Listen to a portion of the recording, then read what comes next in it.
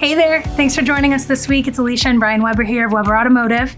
And Brian, we want to know the top 5 things that your mechanic just wants you to stop doing right away. I'm sure there's a lot of maybe bad habits that we pick up as drivers and we don't even realize that they're bad, and they might not just scream, oh my gosh, this is a horrible habit, but there's actually some things we should be looking for. So what are those? Yeah, there is some things that mechanics wish that people would not do anymore.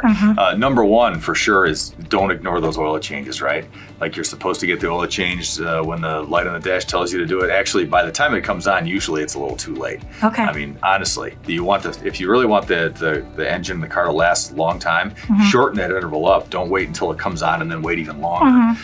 So that's the big thing. Don't extend those oil change intervals. Do the oil changes when you're supposed to. The car will last way longer. The engine will last way longer. Okay.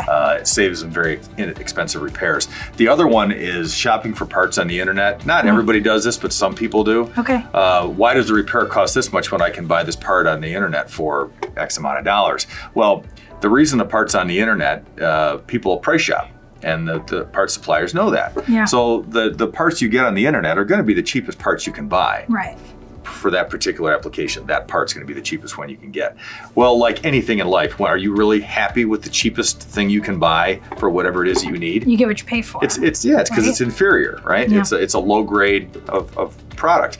So we never want to install low grade because we put a really good warranty on stuff and we can't afford to warranty that. Not only that, somebody's irritated if they come back once because it happened again, and if you put the same cheap part on it again, it's going to happen again. Now all of a sudden people are furious with us only because we put a cheap part on that they gave you, and it's not even your fault. And we don't go there. Yeah, of course. So that's one thing we want to avoid.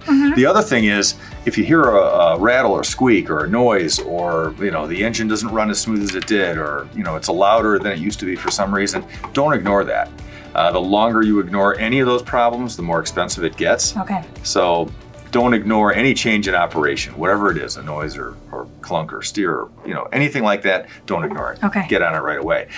The other thing that's pretty interesting, saves people all the way around, is if you think of your accelerator and brake pedal having an egg underneath it that you don't want to break. Okay. Now, this is if you're trying to make the car last as long as you can, the tires get the best gas mileage, make the brakes last, all that stuff. Which is all stuff we want to do, but do we always focus on it? Right, because some people are in a hurry. Yeah. And then when you're in a hurry, you're breaking those eggs every time you step on the pedals, right? Yeah, that's such a good way to look at it. Right. Yeah, just very gentle on Right. it. You don't want to break So the angle. leave a few minutes early, pretend there's an egg underneath it. Everything will last much longer. Okay. So that's the other thing. And the other one, it's a minor one, is fuel level. Some people have the habit of running their tank down to empty all the time before they refill.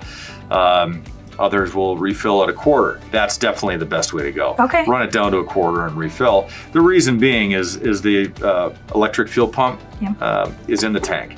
And once the fuel level gets too low, it's no longer submerged.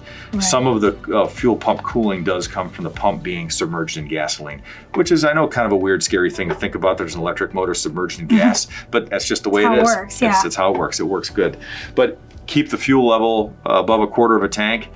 You'll be better prepared in case there's a situation where you can't get to a gas station, you run into a traffic jam, and the fuel pump will last longer. Yeah. And they're very expensive nowadays. Okay, yeah.